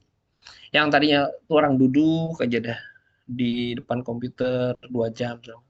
Nah, kemudian dia setelah 2 jam atau tadi break ya sekitar 50 menit dia bekerja, kemudian dia berdiri, kemudian dia bergerak kemana gitu, ngambil sesuatu ke pantry, ngambil file atau dia ke kamar mandi segala macam. Itu justru bisa mengurangi mengurangi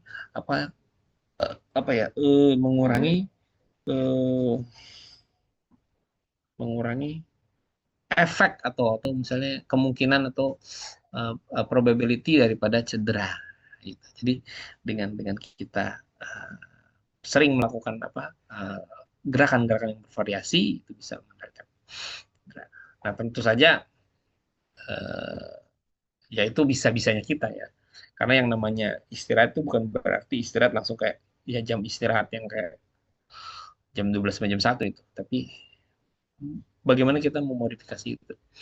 Jadi ya kayak tadi, udah 1 jam, udah gerak dulu. Atau sekedar sekedar muter-muterin pinggang atau apa gitu. Itu juga termasuk break ringan. Kemudian juga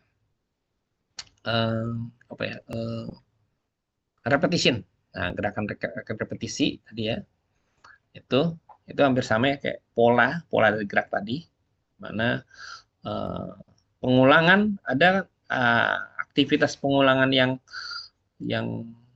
ada cepat, ada rendah ya. Ada repetisi yang misalnya gerakannya itu harus cepat, pindah-pindahin barang dan sebagainya. Atau apa quality control dari misalnya di ban berjalan itu kan, itu harus cepat itu kan, mata tangan tuh cepat. Cuman tapi ada juga yang misalnya dia pengulangannya itu nggak terlalu cepat, agak lambat gitu. Nah tentu apa yang punya potensi untuk menimbulkan cedera itu justru yang repetisinya tuh yang tinggi, repetisi cepat gitu, ketimbang yang repetisinya lambat. Kemudian height, ketinggian. Kemudian ini height atau ketinggian ini sebenarnya ini eh, bukan hanya ketinggian daripada si pekerja, tapi adalah ketinggian dari apa sih, secara vertikal terkait misalnya objek tertentu dalam pekerjaan. Misalnya kayak kita mengangkat sesuatu gitu loh. Jadi kalau banyak bekerja yang maksudnya meraih atau mengambil yang tinggi, itu tentu akan punya potensi apa cedera. Sama aja kayak misalnya orang yang kerja misalnya apa ya, yang banyak ngangkat tahan gitu. Mau ngebagusin plafon gitu misalnya. Si tukang yang memasang plafon, bagusin plafon. Itu kan mereka ada yang nahan. Nah, itu paling apa bisa berpotensi untuk menimbulkan cedera. Karena dia kan udah dia nahan tinggi ya, meraih atau objek tinggi di atas kepala dia, kemudian juga ditambah juga dengan dia durasinya, dia nahan kayak misalnya ada yang nahanin kan, mau masang plafon nih, dia tahanin, yang satu nahanin megangin, yang satu ketok-ketokin. Nah itu berpotensi sekali itu menyebabkan cedera. Postur tubuh, nah ini ada postur. Kalau kita bicara postur, bagaimana tadi itu postur pada saat kita melakukan aktivitas kerja, postur ketika pekerjaan statis, pekerjaan dinamis itu kan ada beda. Postur bekerja yang diam sama bekerja yang banyak bergerak, kemudian bekerja posisi canggung ya, itu canggung tadi, kemudian juga ada postur duduk, postur berdiri, kemudian postur pada saat mengangkat dan sebagainya. Nah itu juga itu juga jadi parameter berfisik. Kemudian jangkauan, nah ini juga jangkauan. Jadi aktivitas yang jangkauan atau jarak jangkauannya itu lebih jauh, misalnya meraih sesuatu yang jauh, itu tentu akan berpotensi untuk untuk menimbulkan cedera.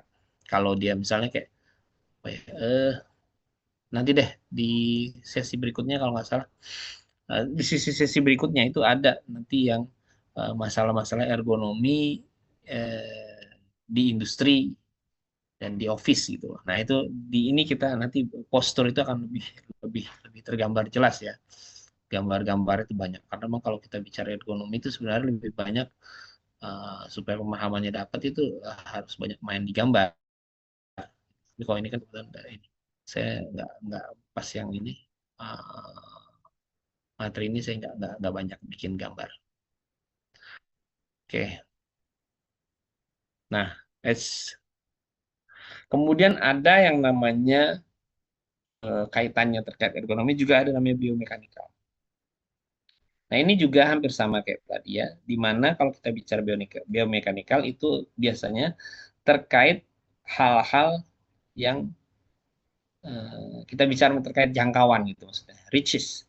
Bagaimana biomekanikal, pergerakan sendi, otot dan sebagainya itu ketika kita melakukan jangkauan jauh, dekat dan sebagainya. Kemudian beban, berapa bebannya. Kemudian force and torque, jadi gaya dan perputaran kekuatannya ini. Kemudian ukuran daripada si objek, dimension. Ini yang kita biasanya nanti kaitkan gimana jangkauan, gimana kayak misalnya orang mengangkat benda yang misalnya jauh daripada si si pekerja gitu loh. Objek itu jauh dari pekerja, maka dia harus reach atau jangkauannya. Nah, itu tentu akan bebannya atau force yang dibutuhkan itu nanti akan lebih besar ketimbang kalau misalnya kita mengangkat beban atau yang dekat dengan sumbu tubuh misalnya. Kok jauh dengan yang dekat itu tentu akan force walaupun dengan beban yang sama, tetapi kadang-kadang kekuatan yang dibutuhkan itu jauh lebih besar kalau misalnya beban posisinya itu jauh dari jangkauan, jauh dari sumbu tubuh. Jadi makanya kalau dalam apa nanti lifting ya, manual lifting itu kan ada bagaimana kemudian si objek itu harus didekatkan ke tubuh ketika kita mengangkat. Jadi sumbu tubuh itu harus dekatkan ke arah sumbu tubuh. Walaupun dia bebannya misalnya sama, tentu kalau kita dekatkan ke sumbu tubuh maka force ataupun torque ataupun kekuatan itu yang kita keluarkan lebih sedikit. Termasuk juga dimensi daripada ukuran objek. Kadang-kadang objek yang kecil gitu itu akan lebih mudah ketimbang objek yang besar mengangkatnya. Gitu. Biomekanikalnya akan berbeda terkait benda yang kecil dan benda yang besar. Kemudian juga motion. Nah, ini tadi ya, motion juga ada kaitannya dengan ergonomi, dalam hal ini misalnya frekuensi, kemudian juga degree of rotation, putaran, duration namanya, kemudian dexterity atau coordination requirement, complexity, atau ketangkasannya. Nah, terkait misalnya frekuensi. Jadi kayak kalau kita bicara tadi kayak repetitive action, jadi gerakan yang berulang-ulang. Ini frekuensinya, motionnya itu gerakannya nah ini tentu akan bisa menyebabkan kalau misalnya gerakan monoton, motionnya monoton dan frekuensinya tinggi, nah itu bisa menyebabkan gangguan trauma kumulatif atau misalnya tadi carpal tunnel syndrome, CTS. Itu contohnya. Kemudian juga misalnya terkait misalnya rotation itu atau seberapa besar rotasinya. Jadi aktivitas yang misalnya ada pergerakan memutar tulang belakang gitu, atau memutar bahu atau memutar leher gitu ya. Itu tentu saja semakin besar putarannya atau sudut itu akan memberikan dampak atau tekanan terhadap sendi dan otot yang besar pula, sehingga meningkatkan risiko cedera. Jadi kayak kalau kita kan biasanya kan itu 45 derajat aja kan gerakan 45 derajat aja. Tapi kalau misalnya 90 ya. 40 idealnya itu 45 doang sih sebenarnya. Nggak usah sampai 90. Kalau 90 tuh sebenarnya tuh beban juga tuh. Derajat rotasinya sebagai 45 derajat aja. Nah, kalau sampai dia berputar ke belakang sampai 90 derajat, sampai 130 atau di atas 90 derajat, nah itu kan punya cenderung potensi untuk mengalami cedera. Nah, tentu saja kita bisa kendalikan ini misalnya dengan mendesain ulang. Jadi mendesain ulang tugas, kemudian penyesuaian daripada apa sih work apa sih tunggu, meja kerja lah misalnya, stasiun kerja gitu ya, workstation. Nah itu apa penyesuaian terkait itu juga itu bisa meminimalkan ini apa sih tadi ya rotation. Jadi jangan terlalu banyak apa berputarnya rotation jadi bisa. Kemudian juga dexterity juga tentu durasi dulu durasinya lama ininya aktivitasnya, karena kayak misalnya tadi ya postur statis semakin lama tuh semakin bisa menyebabkan cedera fatigue ya. Tapi kalau misalnya dia durasinya dikurangi jadi lebih misalnya bervariasi gerakannya, tidak statis dalam waktu lama, nah itu akan lebih meminimalkan daripada cedera. Kemudian juga ini juga apa ya dexterity, ketangkasan nih. Jadi kompleksitas ini kaitannya nanti terkait apa kompleksitas pekerjaan. Jadi kayak misalnya multitasking istilahnya. Jadi bagaimana seorang ini bisa mengerjakan multitasking? Misalnya kita dengan memberikan dia pelatihan. Karena apa ya koordinasi pekerjaan, koordinasi tangan, sama kayak kalau misalnya atlet ya. Atlet itu kan kalau dia mau meningkatkan apa ya ketangkasan dia harus dilatih kan, dilatih dengan gerakan-gerakan yang sama atau gerakan-gerakan berulang atau variasi gerakan, sehingga dia koordinasinya itu akan meningkat, dexterity akan meningkat. Jadi dengan pelatihan tentu saja bisa meningkatkan ketangkasannya dexterity. Oke. Ini kemudian time activity analysis. Jadi ini terkait analisis waktu dalam konten pattern of activity over the shift work. Jadi bagaimana sih pola aktivitas dalam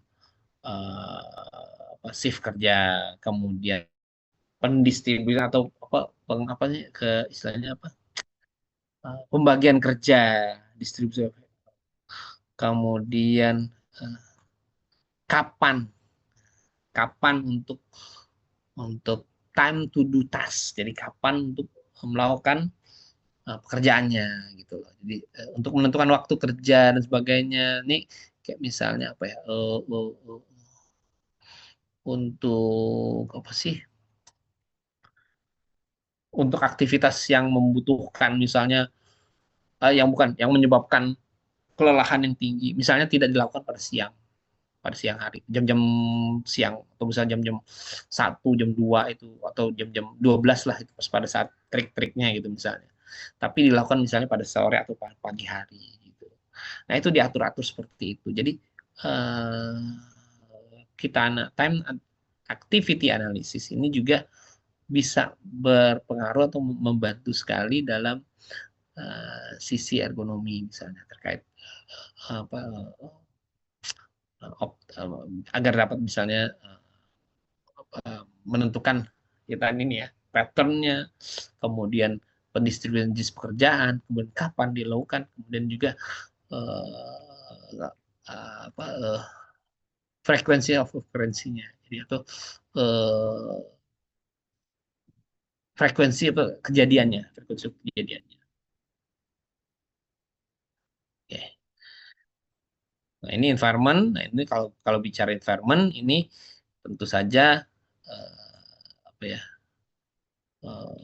kondisi lingkungannya, baik misalnya kondisi temperaturnya, suhunya, ini tentu berpengaruh pada dari sisi ergonomi pada produktivitas.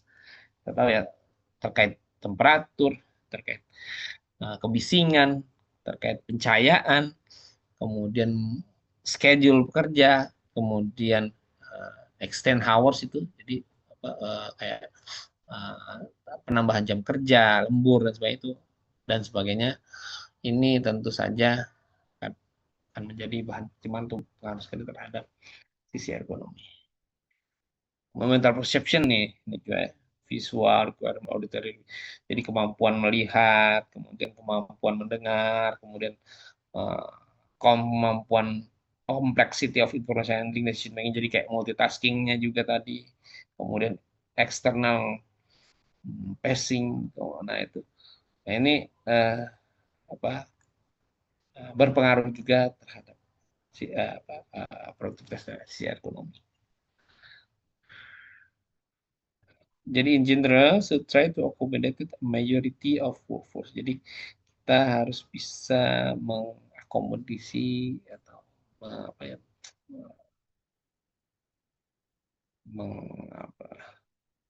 hampir dari seluruh kerja itu akomodasi. Jadi terus kemudian job assessment. Nah ini primary analysis of problem and major contribution. Ini workplace, job, individual atau workstation. Masalah-masalah apa yang berpengaruh ya, berpengaruh terhadap misalnya ruang kerja, kemudian pekerjaan, kemudian lingkungan kerja, lingkungan kerja, kemudian pekerjaan, individu dan juga ruang kerja tempat kita bekerja itu. Kemudian kita juga melakukan job assessment terkait workload dari kemampuan kerja itu seberapa besar, mengukur juga performance dari kerja, psychological demand dan sebagainya, dan juga recommendation to reduce problem. Ya, jadi itu yang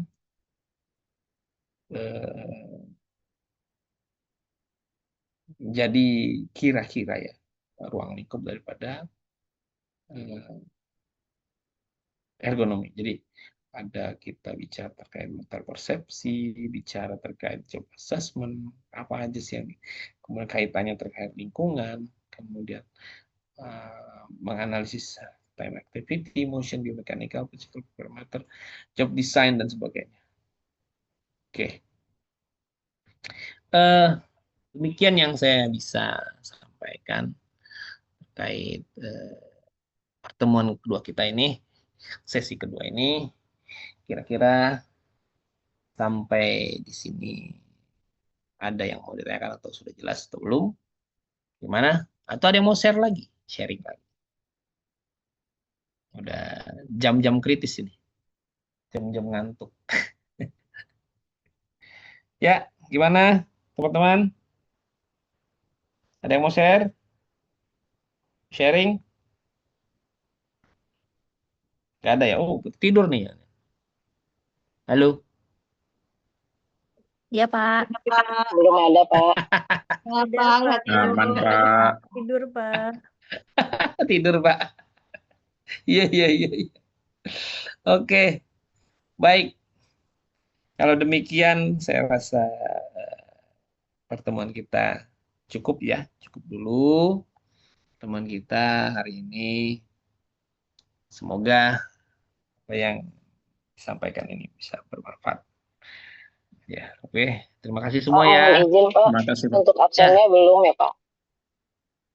Pak. Nanti ini aja, Nis. Kamu WA ke saya aja ya. Tapi kayaknya hadir semua ya, Nis ya? Satu sih, Pak. Devi sakit, Pak. Oh, oke. Nanti WA aja. Nanti saya ngabsenin ke sistem, ke adlinknya. Ya. Daripada Baik, makasih, dipakein Pak. itu.